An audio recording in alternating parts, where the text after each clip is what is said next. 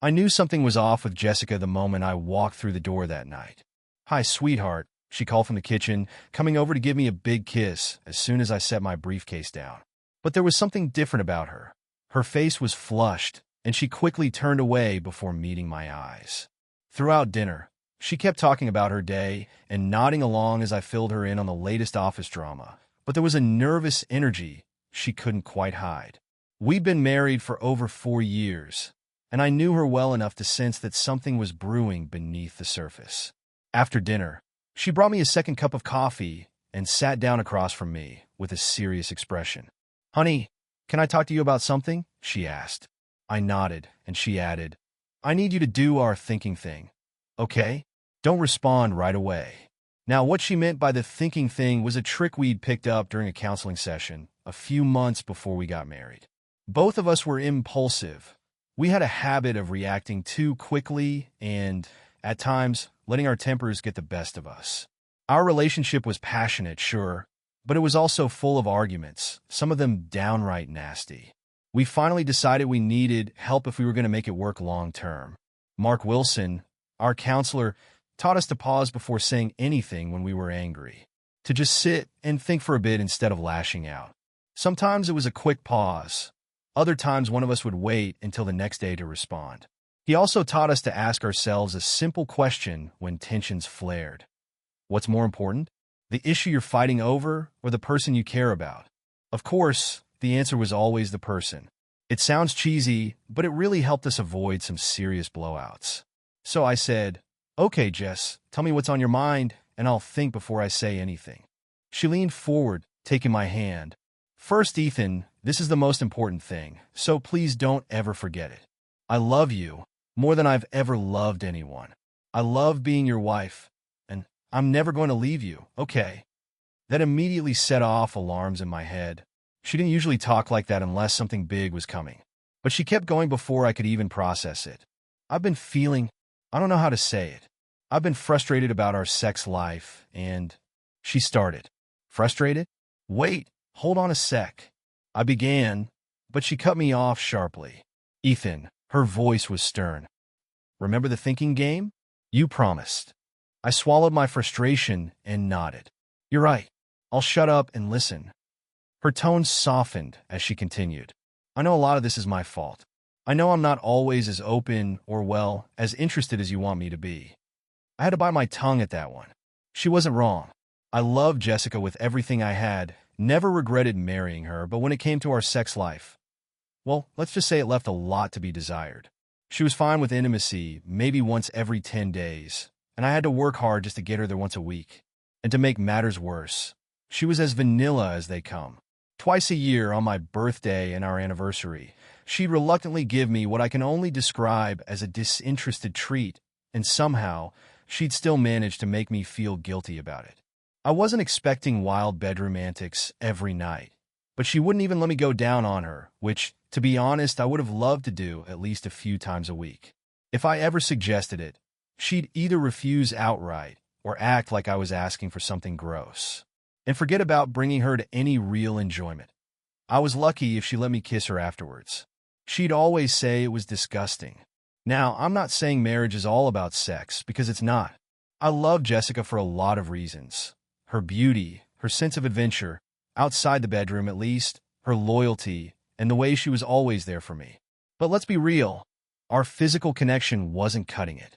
And I'd accepted that. I figured it just wasn't in the cards for us. And for the most part, the rest of our relationship made up for it.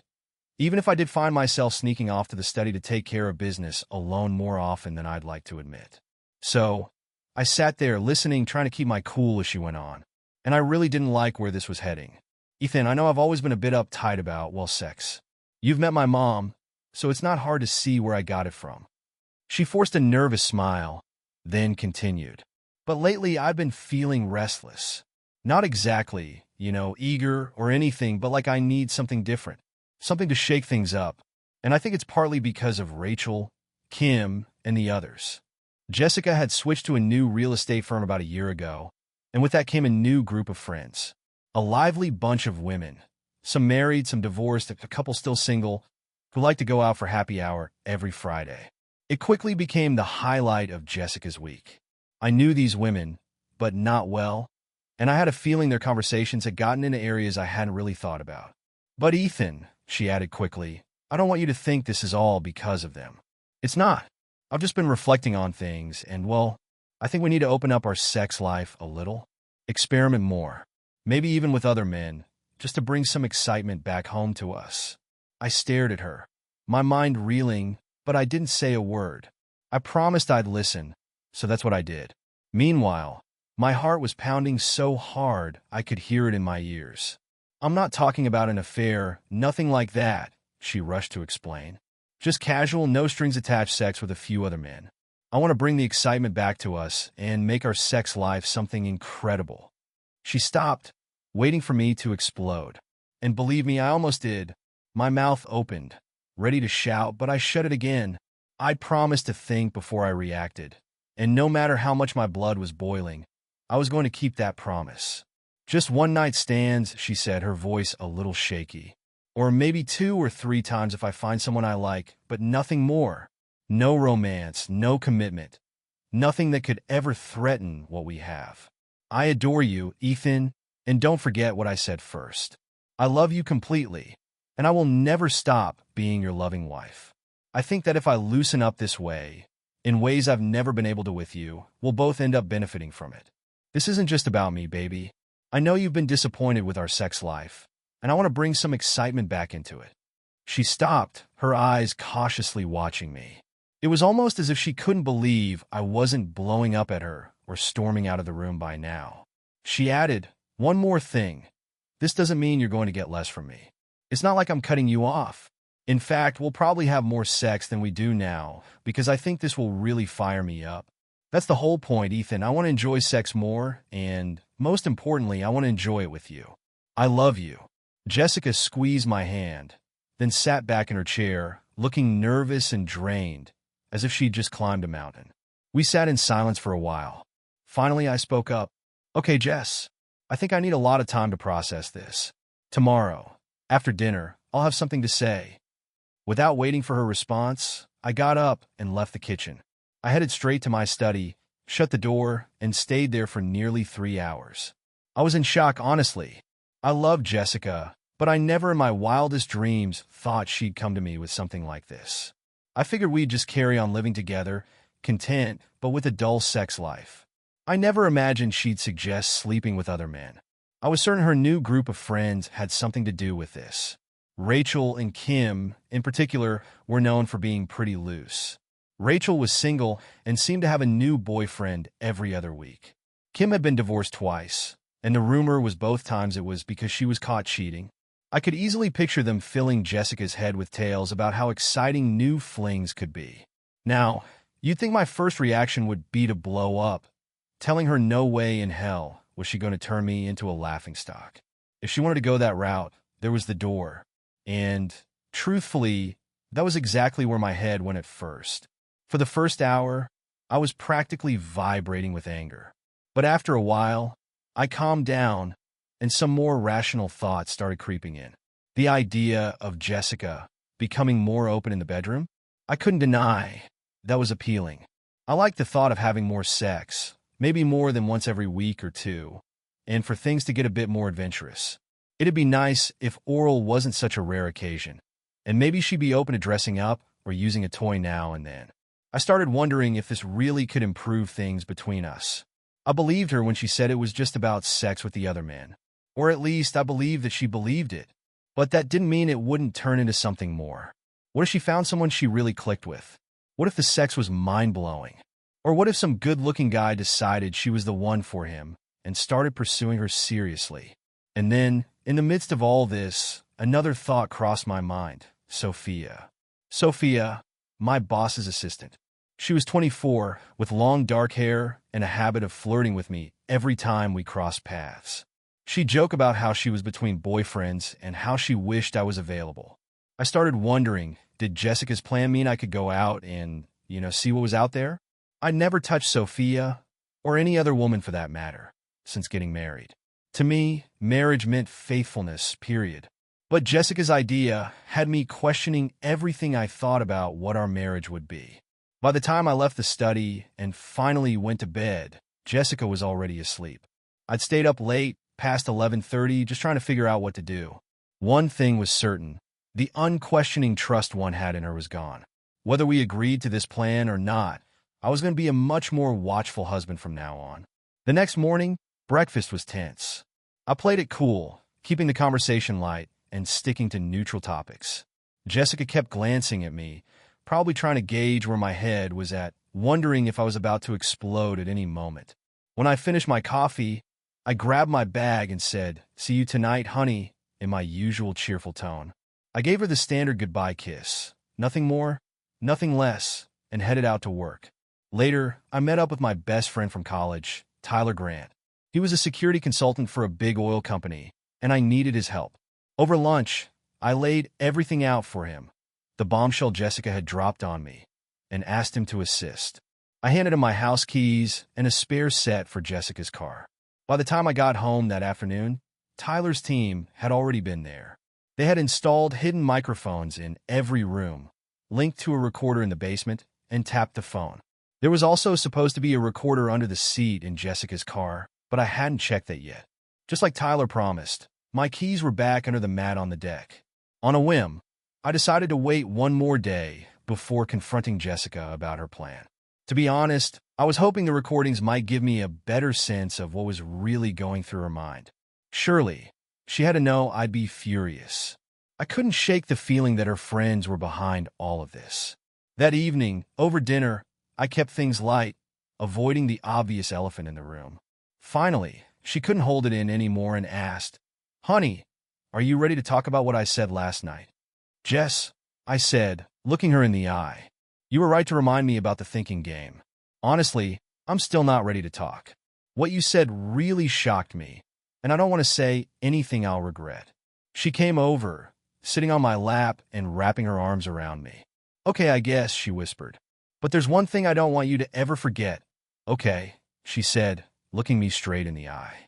I smiled, leaned over, and kissed her. "I know. You love me."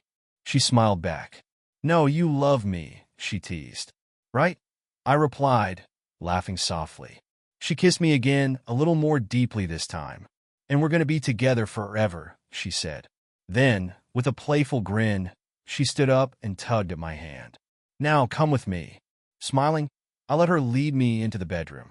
She sat me down on the edge of the bed and began undressing me, pausing every so often to plant soft kisses on my lips. The sex that followed was different, less vanilla than usual. Without me even asking, Jessica knelt between my legs and, for the first time in a long time, took her time with me, using her hands and mouth in ways she never had before. She climbed onto me, cowgirl style, letting me touch and caress her as she moved, and eventually collapsed onto my chest with her head on my shoulder. It was, without a doubt, some of the best sex we'd had in a long time.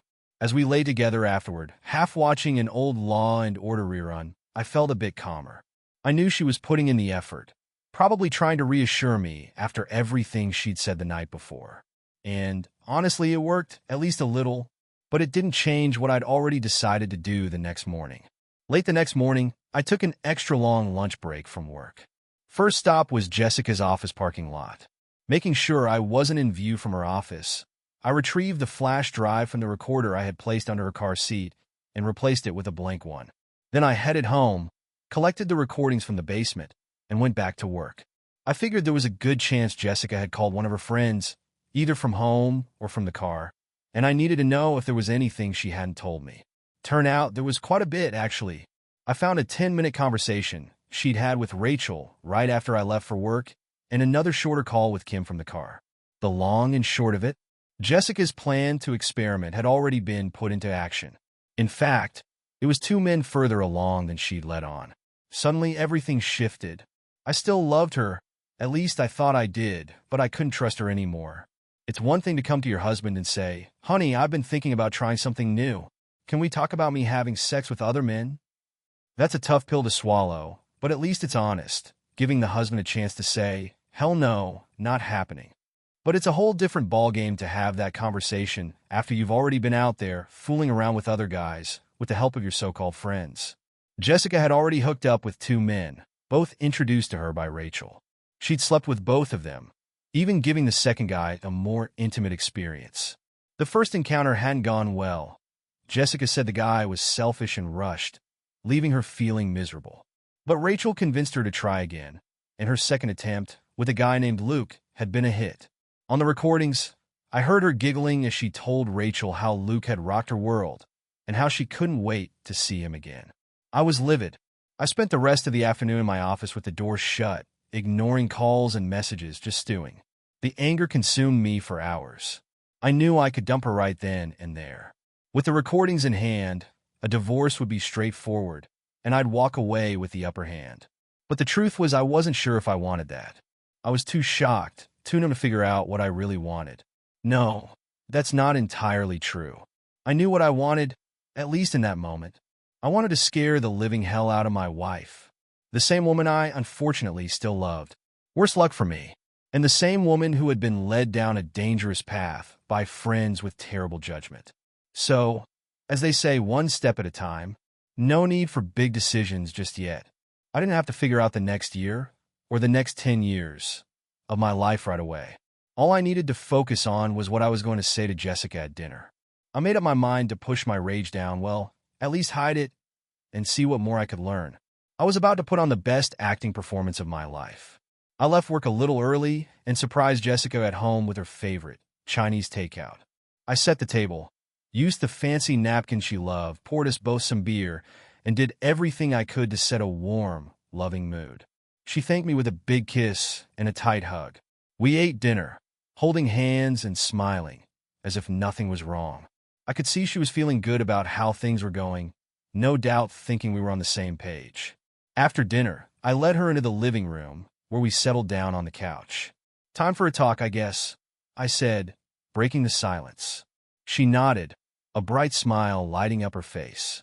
"Yes, Ethan, and thank you for taking the time to think about everything. I know I must have shocked you the other night, maybe even scared you." She leaned in, ready to continue, but I cut her off. "I know, babe. You love me, and you'll never leave me." "Right," she agreed, leaning over to kiss me, her arms wrapping around my neck. Then she sat back, looking pleased, almost smug. "Okay," I said calmly. "I've got a lot of questions, as you can imagine. I've been thinking about this a lot. First off, is this experimenting just for you? Or do I get to go out and have some fun too?" The room went quiet. Jessica's face fell, and she suddenly looked uneasy. It was as if this had never even crossed her mind. She stammered, "Wow, Ethan, I didn't think about that. I guess well," she leaned forward trying to sound sincere. "I guess I thought it was me who needed to do the exploring to loosen up and open up sexually so I could be a better lover for you. We both know I'm the one who's more inhibited." "That's true," I said. "But is that really fair? I mean, I'm just supposed to stay at home or go bowling or whatever while you're out sleeping with other men. How is it fair that I end up with less while you're out there getting more? Plus, all the fun of trying out some new experiences?" Jessica's frustration was clear as she replied, "Ethan, you'll be getting more sex too. I promise. This is going to fire me up, and I want us to be together a lot more." I smiled calmly, as if we were just having a casual conversation. "But you'd still be getting more than me, right? All my sex would be with you, but on top of that, you'd be adding a couple of extra encounters a week. Isn't that how it works?" She huffed a little, sounding irritated. "No, it wouldn't be that often. Maybe not even close. I really don't think you're focusing on the point here, Ethan. The point is that I need to open up sexually, and you can't, or won't, do it with me." I sighed. "Yeah, I get it, Jess. But how about we play the thinking game again? I can tell you're getting worked up. Let's set this aside and come back to it when you're calmer." "Okay." She took a deep breath and nodded. "Okay, yes. I'm sorry. You were really patient the other night. I'll try to calm down." "Good. Now, can I ask a few more questions?" I said. She nodded again, but the look on her face told me she knew this wasn't going to be an easy conversation. "You told me the other men would only be for sex. Once, maybe twice, and that they wouldn't be a threat to our marriage. But that doesn't mean I'm not worried. What happens if you meet a guy and sparks fly? What if he's way better than me? What if somebody really rocks your world?" Her eyes widened, and I could tell she was caught off guard by my words. especially since I'd used the same phrase she had with Rachel about Luke. She stammered, "Honey, it's not going to be like that, I promise. I love the way we make love, and nothing's going to change that. Even if some other guy is, good in bed, it'll still be just sex." "Oh, really?" I asked, keeping my voice steady. "What if he's amazing? What if he gives you more pleasure than I ever have? And what if your 1 or 2 times turns into 6, 8, or 15 times because it's just that good?" "No, Ethan, it absolutely won't," she said, struggling to regain control of the conversation. "I won't see anyone more than a few times, I promise." I raised an eyebrow. "A few? You said once or twice. So what's a few? 6? 10? Baby, please trust me on this," she pleaded. "I love you, and I'm not going to let anything jeopardize us." "All right," I said. "Speaking of trust, as you can guess, my trust in you has taken quite a hit. I know you keep saying you love me, but love isn't enough. I need to be able to trust you completely, no exceptions. Without that, we don't have a marriage, not one I'd be happy in anyway." Jessica nodded, sensing the seriousness in my tone. I pressed on. "So here's the deal. If I agree to what you're suggesting, will you promise to be completely honest with me?" Her face brightened with relief, and she smiled. "Yes, of course, Ethan. I promise. And you won't cheat on me. No sleeping with other men behind my back." "No," she said firmly. "I promise. I won't. And you'll tell me the whole truth. No hiding anything. No half-truths, nothing." "Absolutely," she said confidently. "You have my word." I leaned back in my chair, pretending to mull it over. Then I said, "Okay, but all those questions I just asked, those were in the future tense. What about the past and present? Have you been completely honest with me up to now? Have you slept with anyone behind my back? Have you told me the whole truth?" Her face froze, and she suddenly went pale. For the life of me, I couldn't figure out how she hadn't seen this coming. She looked utterly terrified. I waited, saying nothing, as she stared at me like I was a ghost. Nearly a minute passed before I stood up from my chair. "Well, I guess I've got my answer," I said, my voice cold. "It's not the one I was hoping for." I was almost out of the room when I heard her sob from behind. "No, Ethan, please, don't go. Let me explain," she wailed. I turned back to see her face buried in her hands, her shoulders shaking with sobs. I leaned against the wall, watching her as she slowly tried to calm down. It took several minutes before she finally spoke, her voice barely above a whisper. "I'm so sorry, Ethan. I should have talked to you first, before I did anything with anyone." "So, you've already started?" "Huh?" I asked, my voice hard and cutting. I already knew the answer, but I didn't want her to know about the recording devices. She nodded, still looking down at the floor. "I knew I should have waited, but Rachel had already set everything up with these guys, and I got excited," she choked out. I stared at her in silence. She had lied to me about the 2 men she'd already been with, and at that moment, I knew our marriage was over. I had decided that hours ago. Inside, I felt a small flicker of relief, but mostly I was filled with a deep, churning anger. I reread the text I'd typed out earlier. It was short and to the point. I hit send. It was 36 hours after that last conversation. I'd walked out of the house, grabbed the suitcase I'd packed earlier, and driven to an Airbnb I had booked for the week.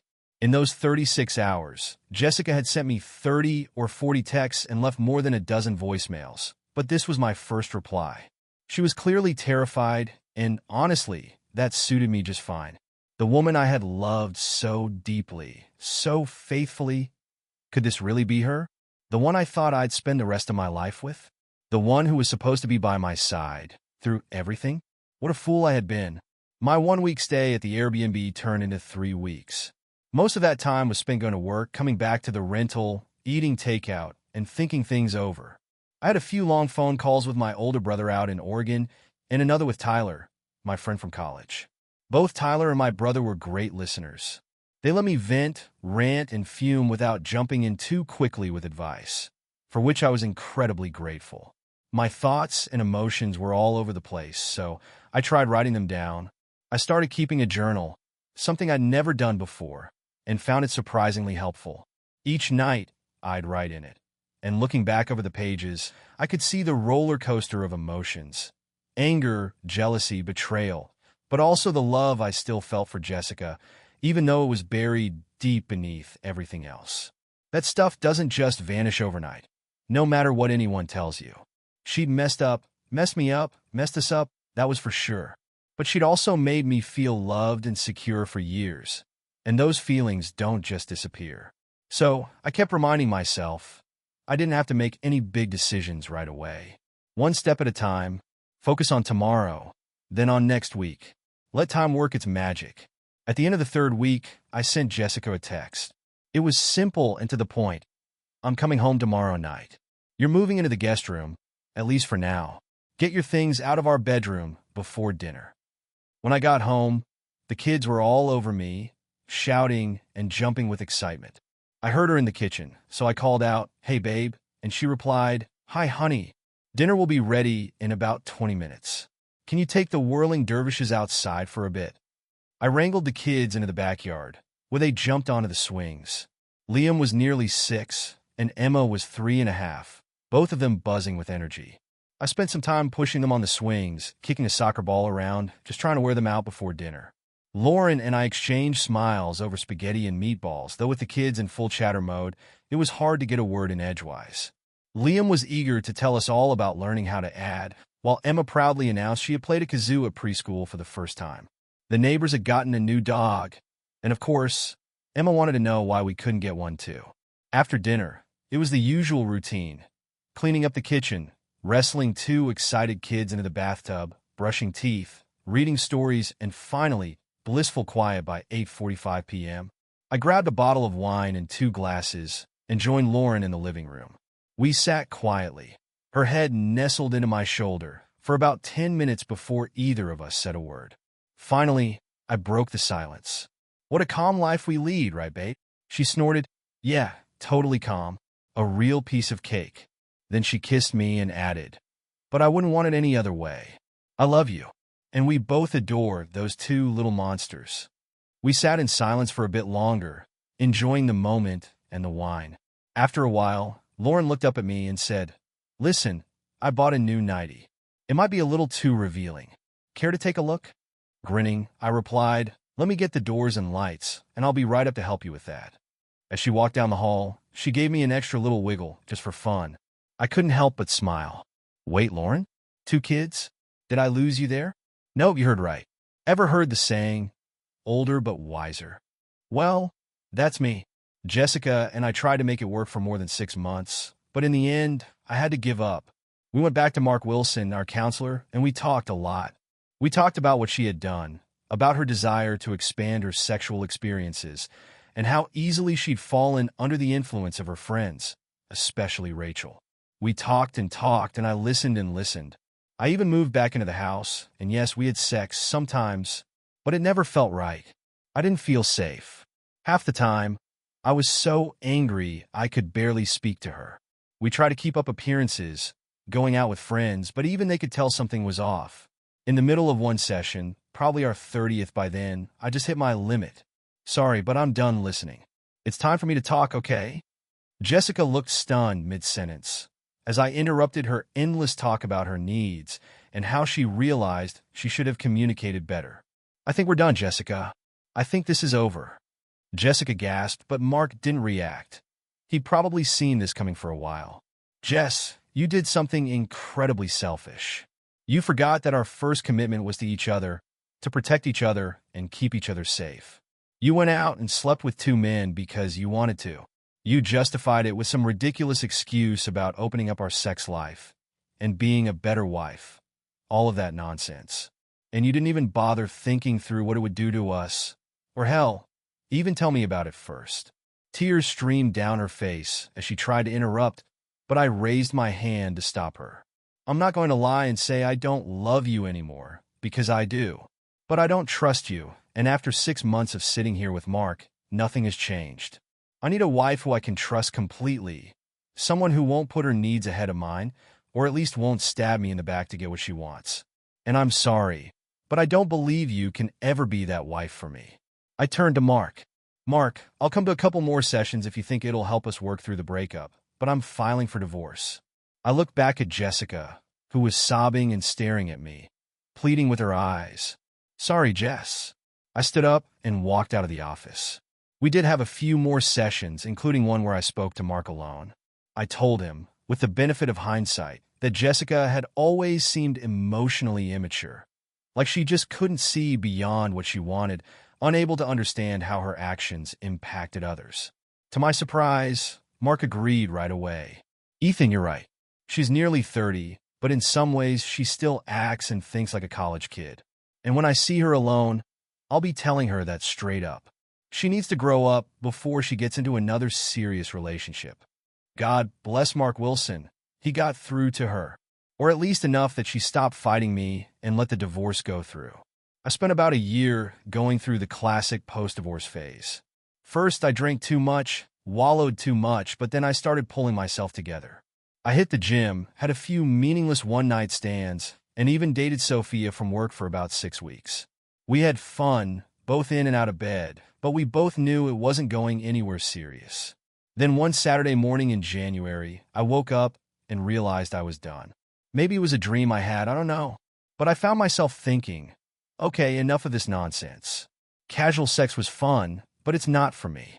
Let's get back to what really makes you happy. I decided to focus on having fun in my life, calling friends more, going to movies, taking more vacations, and worrying less about women and relationships. Let time do its thing, I told myself. And, of course, that's when the universe decided to throw me a curveball. The following Wednesday, I met Tyler and his wife, Megan, for dinner. Turns out it was a double date. Megan's cousin Lauren had just gotten out of a bad relationship and moved here for a fresh start. Tyler had suggested to Megan, why not invite Lauren? She and Ethan might hit it off. We were married 16 months later. Tyler was my best man, and Megan was the matron of honor. And as for Jessica, I don't know much. She moved out to the West Coast, and I heard she might have gotten married. I wish her well, but she's not part of my life anymore.